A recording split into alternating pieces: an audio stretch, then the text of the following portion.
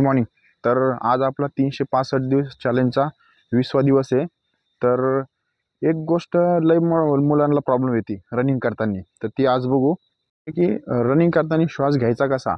जर आपण त्याच्या 3 प्रकार आहे. ज्यावेळेस आपण नॉर्मल रनिंग करतो, एकदम स्लो जॉगिंग, तर त्यावेळेस काय करायचं, नाकाने श्वास घ्यायचा आणि नाकाने सोडायचा.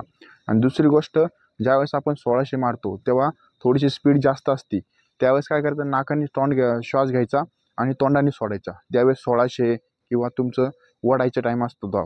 आणि तिसरी स्टेप असते, जेव्हा तुम्ही 100 मारते किंवा स्प्रिंट मारते, त्यावेळेस काय करायचं, नाकाने आणि तोंडाने दोन्हीने श्वास घ्यायचा आणि दोन्हीने सोडायचा. ह्यानी काय होतं, ऑक्सिजनची प्रमाण जास्त येतो शरीरामध्ये आणि दम लागत नाही. तर हे 3 गोष्टी आहे. 3 गोष्टीमध्ये तुम्ही रनिंग कोणकोणत्या प्रकारे करता त्याच्यानुसार तुम्ही श्वास घ्या. तर ही गोष्ट नक्की लक्षात ठेवा आणि ट्राय करा. रिझल्ट असला तर कमेंट करा. तर चला.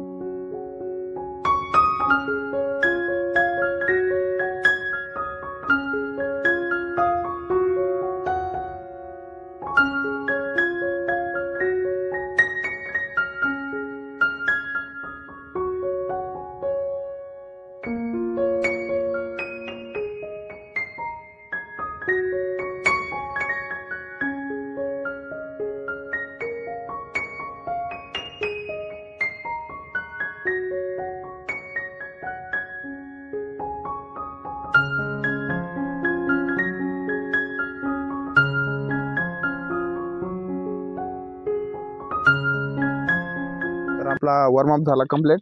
तर काल आपण केलं तर लॅडर वर्कआउट, तर आज आपण करणार आहे स्क्वॉट वर्कआउट, लेग वर्कआउट करणार आहे.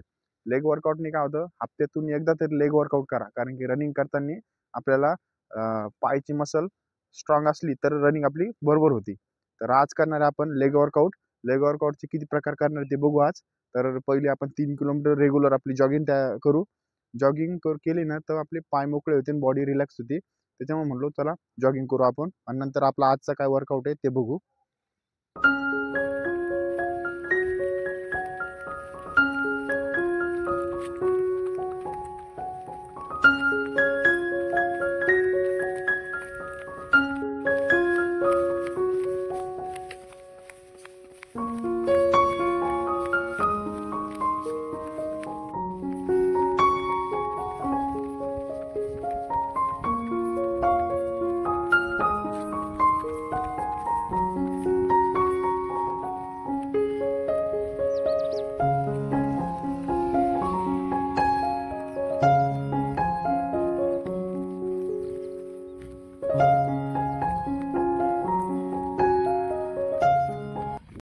तर आपली 3 किलोमीटर जॉगिंग कंप्लीट झाली.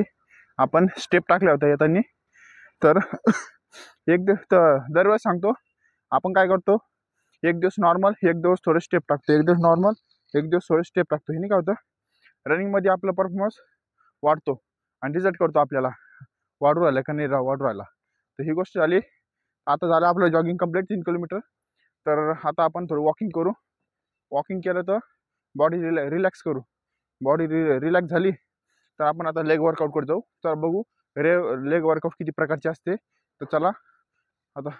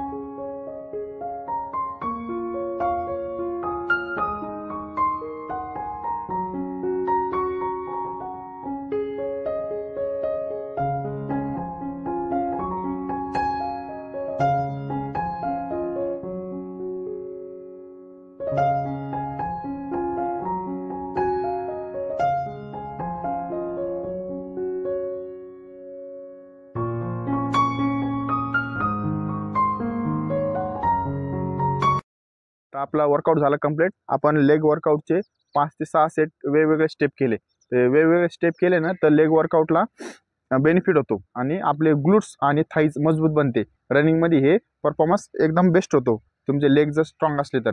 तर आपण हे केले लेग वर्कआउट. आता आपण करू स्ट्रेचिंग. चला स्ट्रेचिंग करू.